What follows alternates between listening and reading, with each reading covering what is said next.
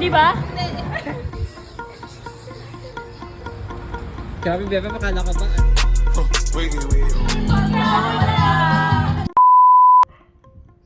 Sa bawat araw ng ating ginagalawan, may mga tahimik na kwento na nabubuhay.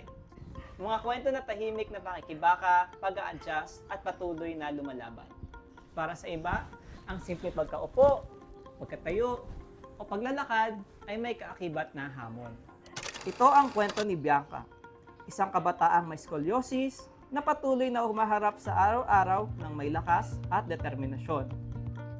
Sa isang mundong hindi laging handa para sa lahat, paano nga ba nila hinaharap ang araw-araw? Kilalanin natin si Bianca.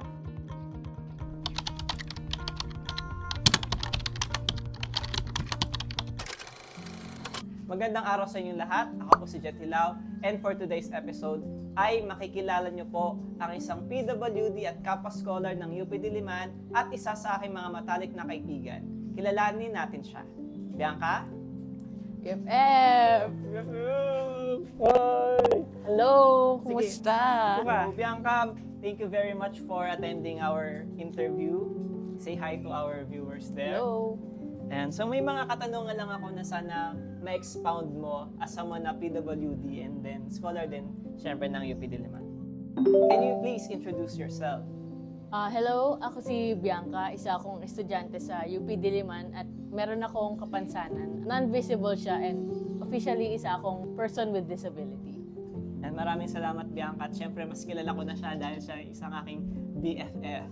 For ilang years na ba? 10 years na rin. No? May itatanong ako sa iyo. Kailan mo nalaman na nagkaroon ka ng ganyang kondisyon na scoliosis? Noong 2015, papansin ko sa mga pictures ko nun. Hala, ba't parang nakaganyan ako? Hindi pantay yung ganito ko. Medyo nababother ako nun. Kung sa iba, parang normal naman sila. Sa school, ganyan ako sa mga pictures. Sabi ko, hala, ano to? Nung grade 7 na talagang word na yung nanay ko. Bakit parang Hindi pantay. hindi pantay? Eh nakita na lumulobo yung parte ko dito. So sabi nila, pa-check up. Check up. Nung pina-x-ray, nakita. Yun na talaga. Ayun, malala. Result. And actually, candidate na ako for surgery. Sadyang nagpa-second opinion lang kami. Pwede ba siyang i-save Ma-reverse. other than surgery? May pumayag naman na doktor, kaya nagkaroon ako. Ayan, ito. So, pwede mo ba mapakita, Bianca, yung brace na sinusuot mo? Ito siya. Ito yung aking katawan. Inulma talaga siyang grade 7 ako. Yung dito siya, susuotin mo siya. Dito lalabas yung kamay kong dalawa. Itong mga foam na to, ito yung nagpupush sa buto ko, sa body ko na stay ka. Bawal kang mag-worsen. Itong brace ito, hindi naman siya pure. Huwag ka lumala. Protection. Pinuot ko to for, 12 years old ako hanggang around 18. So 6 years ng buhay ko.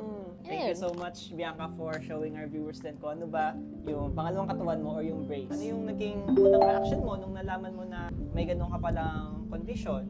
Siyempre, devastated. Isipin mo ba naman, candidate ka for surgery. Pero magugulat ka. Matatakot. Sabi ko, ano mo naisip, siyempre. Pwede ka mamatay dito. Yung bedridden, syempre. Recovery, and phase. another thing, saan ka pupulot ng pera?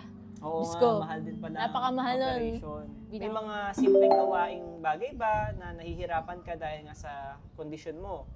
Yes, meron. Basically, mag-exist ka lang. Tumayo ka, pumunta ka sa laptop, umupo, maglaro ka, gawa ka ng homework. Throughout the day, eventually mananakit siya. Parang unti-unti, after 1 hour, okay ka pa. After 2 hours, medyo nararamdaman mo, sumasakit na yung likod mo. Pag masakit, dito ko na siya sinusuot. Yun yung usually kong ginagawa. Pero before, nung bago ako mag-18, everyday, tinatanggal mo siya kapag maliligo. Pag tulog, suot mo. Wala kang choice. Kahit na discomfort, kailangan talagang Kailangan. suotin. May mga pagkakataon ba na nahihirapan kang makisabay sa mga ibang tao, sa mga kaibigan mo, sa colleagues? Yes, majority noon nung high school. Kasi high school ko nga siya sinuot. Wala, 12 to 18 ako. Siyempre makikita ko, nagpipi sila. Andun na ako sa gilid. Parang Na-exclude yung na-exclude ikaw. ako. And siyempre malaking hit yun sa confidence ko. Ayoko may taong lumalapit sa akin kasi nahawakan nila bigla to. Sabi ko, ba't ang tigas? Parang may fear. Nahiya ako. Exclude ako for a lot ng PE. Physical activities. Activities to the point na iba na lang ginagawa sa akin ng teacher. Sabi ko, ito na lang yung gawin mong other project. So ako lang mag-isa doon. And syempre nakakasad. Iba may experience sila. Na halang, saya naman, nakakasayaw sila. Hindi ikaw yung kasama dun sa moment na yun. Hindi ako kasama. So ayun. Naranasan mo na bang makaramdam ng diskriminasyon or hindi pagkaunawas ng mga tao sa paligiran mo dahil nga meron kang scoliosis? Thankfully, wala pa naman or wala akong masyadong maalala, mostly nangyayari sa akin is internalize siya. Let's say, pumili ako sa fast food, pila ako sa PWD lane. Hala, baka isipin nila, bakit ako nandito? So, ginagawa ko, before pa ako pumila, ilalabas ko yung ID ko, ilalagay ko sa kamay ko kung saan siya visible. Para makita ng iba. Ayoko ma-discriminate, parang sabihin, ba't ka nandito? Mukha ka naman. Okay. Okay ka naman eh, bata-bata mo pa. Oo. Kaya ayun, hindi naman siya totally na discriminate ako. Parang in-internalize ko na, huwag mo na itong gawin just in case. Parang nakakaya naman i-approach ka kagad. Parang hindi ka naman ganun. Sa hirap i-explain naman din yung sarili mo na, kasi may physical condition ako. Oo. So yun din guys, sa mga PWD din, hindi siya lahat ay nakikita with our eyes. Meron din tayong mga hidden disabilities. Katulad yan nung kay Bianca. Sa tingin mo, tapat ba ang support system para sa mga taong may mga ganyang kapansanan? Nakatulong ba yun sa'yo? For the PWD ID, nag-avail ako noon medyo bandang late na. Na-diagnose ako 2016. Nung ako yung ID ko, 2022 na. Saka ko na siya talagang naisipan. Na-utilize din. Malaking tulong naman siya. Kahit pa paano meron kang konting privileges sa pag-avail ng products, pag-avail ng discount, nalilesen niya yung Gastos, bills mo. This was for medical, sa pagpapagawa na ito, check-ups, ganun. Pero, guess di pa rin siya sapat. Kasi, itong pera na to, itong mga discount na to, walang kapalit yan sa nararamdaman ng tao. Sakit na nararamdaman mo, anong magagawa ng pera mo? Mga discount na yan, kung sobrang sakit na nararamdaman mo, parang eventually, ang only choice mo na lang is pa-surgery ka. Madami pa rin ako nakikitang kakulangan, especially dito sa Pilipinas. Ano yung mga may physical disability? So, isipin mo, naka-wheelchair ka or kahit hirap ka man lang maglakad. Makalakad ka ba talaga? Mahirap maging disabled sa bansang ito. Kasi mahirap talaga. Hindi sila PWD friendly din. Hindi siya friendly. Siguro mga last question ko na. Ano ang mensahe mo sa at mga taong maaring dumadaan sa kaparehong sitwasyon mo na may ganyang condition?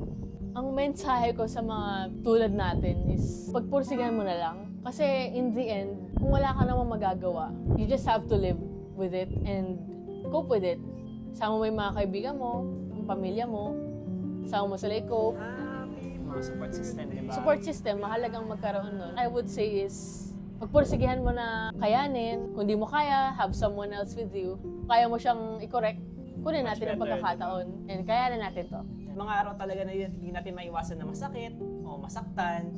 We just have to live talaga. Mahalaga na rin na spread tayo awareness kung ano man yung meron tayo. Physical man yan, or psychological, or kahit ano pa man. Maganda na ma-spread natin sa ibang tao para kahit pa paano, aware sila sa condition natin, yung mga ginagawa natin, yung mga paghihirap. Hindi lang ito basta-bastang PWD siya, meaning siya makalakad. Yung ayos yung isip niya.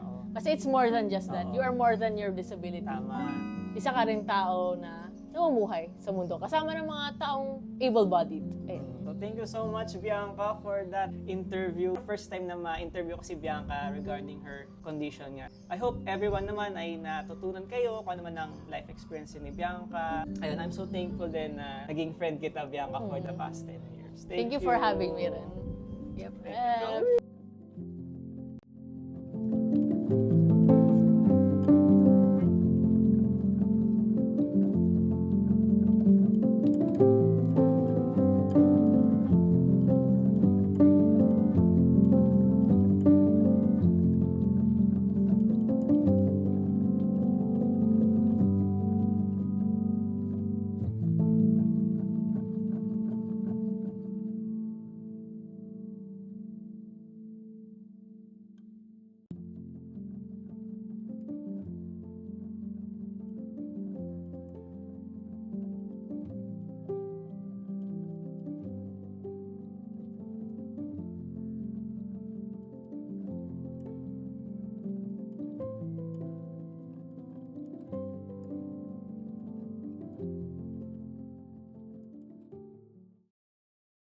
Bianca, pwede mo bang Bianca, pwede mo bang Bianca, please introduce yourself. Continue lang. Oh my God.